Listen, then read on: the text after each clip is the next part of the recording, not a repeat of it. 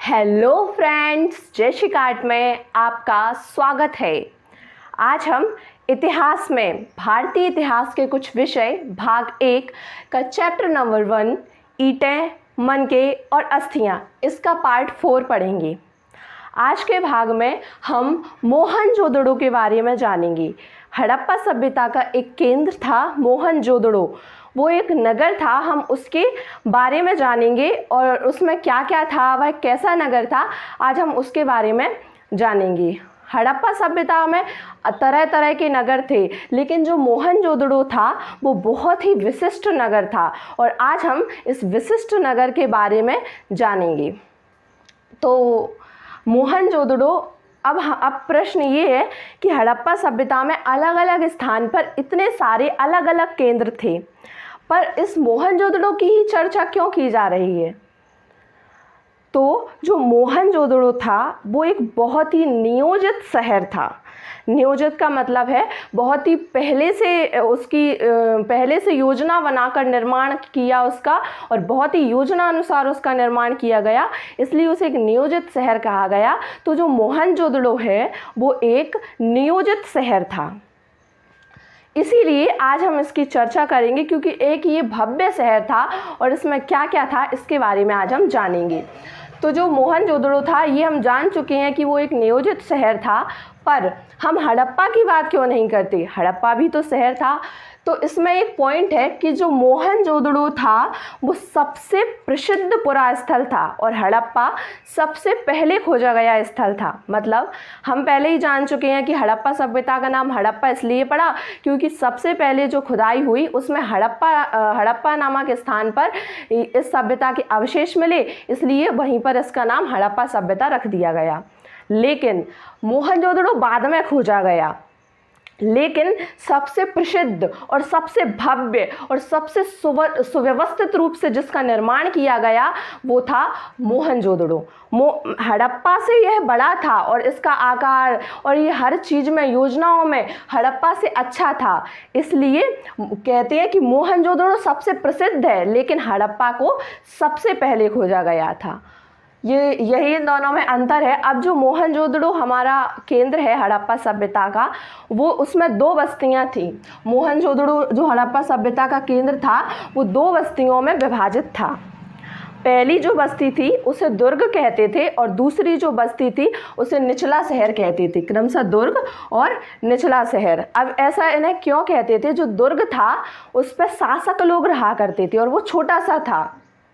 दुर्ग ऊंचे स्थान पर था, जबकि जो निचला शहर है वो नीचे स्थान पर था। देखो यहाँ पर लिखा है कि जो दुर्ग था वो ऊंचाई पर था और निचला शहर नीचाई पर था, इसीलिए इसका नाम निचला शहर पड़ा और दुर्ग ऊंचाई पर था। अब जो दुर्ग है उसमें शासक वर्ग के लोग रहते थे। मतलब अनुमान लगाया जाता है कि जब इतनी अच्छी प्रणाली थी वहाँ की तो शासक तो जरूर ही रहे होंगे।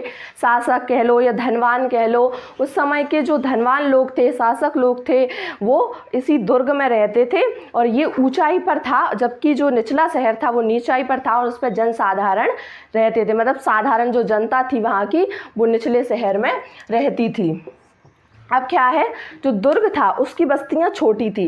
अब शासक बहुत सारे तो होंगे नहीं, जनता ज़्यादा होती है या शासक, तो शासक कम होते हैं और जनता ज़्यादा होती है, इसलिए जो शासकों की बस्तियां थी वो बहुत छोटी थी। मतलब जो दुर्ग था उसमें छोटी बस्तियां थी और जो निचला शहर था उसमें बड़ी बस्तियां थी। दुर्ग में छोटी बस्तियां और निचला शहर में बड़ी बड़ी बस्तियां थीं। और जो दुर्ग हमारा था वो किलेबंद था, मतलब चारों तरफ से उसके बाउंड्री बना दी गई थी ताकि सुरक्षा की दृष्टि से कोई भी आक्रमण ना हो सके, या राजा वगैरह लोग रहते थे तो उसकी सुरक्षा और कड़ी थी, तो उस पर बड़ी बड़ी किलेबंदियां की गई थी। और इसलिए जो हमारा दुर्ग था और जो हमारा निचला शहर था वो दीवारबंद था, मतलब उसमें भी कहीं कहीं दीवारें बनाई गई थी तो वो भी दीवारबंद था। लेकिन दुर्ग वो सुव्यवस्थित रूप से किलेबंद था, क्योंकि वहाँ पर शासक लोग रहते थे तो उनकी रक्षा की ज़्यादा विशेषकर जिम्मेदारी थी। और जो हमारा दुर्ग था वो कच्ची ईंटों पर बना था। जो हमारा दुर्ग था वो कच्ची ईंटों पर बना था, लेकिन जो निचला शहर था उस पर कुछ घर चबूतरे पर बने थे। अब जैसे हम निचला शहर देखेंगे, जब निचला शहर की खुदाई हुई और वहाँ पर पाया गया तो देखा गया कि कुछ घर वहाँ के काय पे बने हैं, चबूतरों पे बने हैं, सुव्यवस्थित रूप से चबूतरों पे घर बने हैं। जैसे हमारे यहाँ नींव बनाई जाती है पहले, उसके बाद चबूतरे बनाए, उसके बाद घर बनाए जाते हैं, वैसे ही वहाँ नींव के स्थान पर पहले बड़े बड़े चबूतरों का निर्माण हुआ और उसके बाद घर बनाए गए। कहा जाता है कि एक श्रमिक जब प्रतिदिन 1 घन मीटर मिट्टी लेके जाएगा, मतलब एक श्रमिक प्रतिदिन 1 घन मीटर को ढोएगा, तब 40 लाख श्रम दिवस लगेंगे इस कार्य को संपन्न करने के लिए। मतलब जब एक श्रमिक 1 घन मीटर जो मिट्टी है या जो सामान है उसको ढोएगा, तब 40 लाख श्रम दिवस में पूरे चबूतरों का, एक चबूतरे का निर्माण होगा। मतलब इतने भव्य और इतने विशाल चबूतरे बनाए गए थे, तो सोचो उसके लिए कितने ज़्यादा श्रम की आवश्यकता हुई होगी और इतना ज़्यादा श्रम। तो कहा जाता है कि अगर हम इतनी विशाल चीज़ें और इतने बड़े चबूतरे थे या इतनी बड़ी चीज़ें थी, तो कहा जाता है कि पहले योजना बनाई होगी फिर कार्य किया गया होगा। क्योंकि जब भी कोई काम, जैसे हम घर बनाते हैं, तो यदि पूर्व योजना, पहले नक्शा बना के यदि हम घर बनाएंगे तो वो बहुत अच्छे से और बहुत सुव्यवस्थित योजना के अनुसार बनेगा।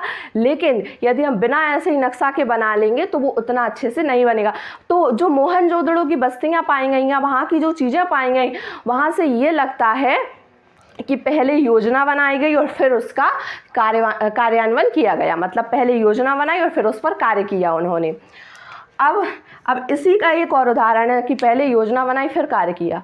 अब जो मोहनजोदड़ो कह लो या हड़प्पा सभ्यता के जितने भी केंद्र हैं, वहाँ पर जो ईंटें पाई गई हैं, ईंटें मतलब जो मकान बनाने के लिए ईंटों का प्रयोग हुआ है, पकी ईंटें, कच्ची ईंटें जैसी भी थी, तो उन ईंटों का जो साइज है, अनुपात है, चौड़ाई, लंबाई, ऊंचाई, वो सब जगह समान है। हर जगह, हर केंद्र पर समान आकार की ईंटें पाई गई हैं। और इससे पता चलता है कि कोई ना कोई शासक वर्ग या कोई ना कोई ऐसा होगा जिसके निरीक्षण में वो कार्य हुआ और उसने उस कार्य को बहुत ही अच्छे तरीके से और बहुत ही समानतापूर्वक वहाँ पर संपन्न करवाया। जैसे ईंटें थी, तो ईंटों का जो साइज था, तो 4:2:1 में वो ईंटों का अनुपात था, वो 4:2:1 में था। मतलब यदि जैसे ऊंचाई की चौड़ाई दोगुनी और लंबाई 4 गुनी, इस प्रकार 4:2:1 में वहाँ की क्या बनाई गई, ईंटें बनाई गई। अब हमारा ये जो मोहनजोदड़ो है, ये टॉपिक ख़त्म हो चुका है। लेकिन अब हम एक और टॉपिक पर डिस्कस करेंगे। वो टॉपिक है हमारा हड़प्पा की दुर्दशा। जी हाँ, जैसे कि मोहनजोदड़ो इतना विशाल शहर हमको मिला है, वो बाद में मिला है, और हड़प्पा मोहनजोदड़ो से थोड़ा छोटा शहर है तो वो भी बहुत अच्छा और वो भी बहुत अच्छे से उसका निर्माण करवाया गया। लेकिन जो मोहनजोदड़ो है उससे कहीं, मतलब उस जैसा नहीं है, उस जैसा विकसित नहीं है, उससे थोड़ा कम विकसित है। इसलिए लेकिन हो सकता था कि हड़प्पा मोहनजोदड़ो से और बड़ा शहर होता। जब हड़प्पा के अवशेष मिले या वहाँ की ईंटें जब मिल रही थी लोगों को, तो लोगों ने उन ईंटों को चुराया। और कहा जाता है कि इतनी ईंटें चुराई गई कि बहुत बड़े स्तर पर उसकी हानि हो चुकी थी। जब उसको खोजा गया उससे पहले ही वो आधे से ज़्यादा नष्ट हो चुका था। और कहा जाता है कि इतनी ईंटें चुराई गई कि 10 मील लंबी लाहौर से मुल्तान के बीच की जो रेल पटरी थी उसको बिछाने के लिए वो ईंटें पर्याप्त थीं। मतलब सोचो कितनी ज़्यादा ईंटें वहाँ से चुराई गई। और यदि वो ईंटें होती तो हो सकता है खुदाई के समय यदि वो पहले जैसा होता, उसकी दुर्दशा या उसे नष्ट ना किया जाता, तो हो सकता है कि जो हमारा हड़प्पा शहर था वो मोहनजोदड़ो से ज़्यादा सुविकसित होता, ज़्यादा सुव्यवस्थित होता और ज़्यादा भव्य होता। इसलिए, लेकिन हम तो साक्ष्य के आधार पर कहेंगे, और हमें मोहनजोदड़ो ज़्यादा भव्य मिला है, ज़्यादा विशाल मिला है उसका, क्योंकि उसको किसी ने नष्ट नहीं किया, तो वो अपनी जिस अवस्था में वो था वो उसी अवस्था में मिला। लेकिन हमें यदि मोहनजोदड़ो मिला है तो हम उसी को बड़ा और भव्य कहेंगे। अब ये हमें पता कैसे चला जो ईंटें थीं या इतनी लंबी बिछाई गई जा सकती थी? तो जो भारतीय पुरातत्व सर्वेक्षण के पहले जनरल थे अलेक्जेंडर कनिंघम। इन्हीं ने लिखा है, इन्होंने बुक में या किसी भी चीज़ में लिखा है कि जब जो ईंटें थी वो इतनी चुराई गई थी कि 100 मील तक की लाहौर से मुल्तान के बीच की जो रेल पटरी थी उसको बिछाने के लिए ये ईंटें पर्याप्त थीं। और जो अलेक्जेंडर कनिंघम हैं उन्हें भारतीय पुरातत्व का जनक कहा जाता है। अलेक्जेंडर, ये क्वेश्चन बहुत इंपॉर्टेंट है कि अलेक्जेंडर कनिंघम कौन थे या उनको क्या कहा जाता था? तो अलेक्जेंडर कनिंघम भारतीय पुरातत्व सर्वेक्षण के पहले जनरल थे और इन्हें भारतीय पुरातत्व का जनक कहा जाता था।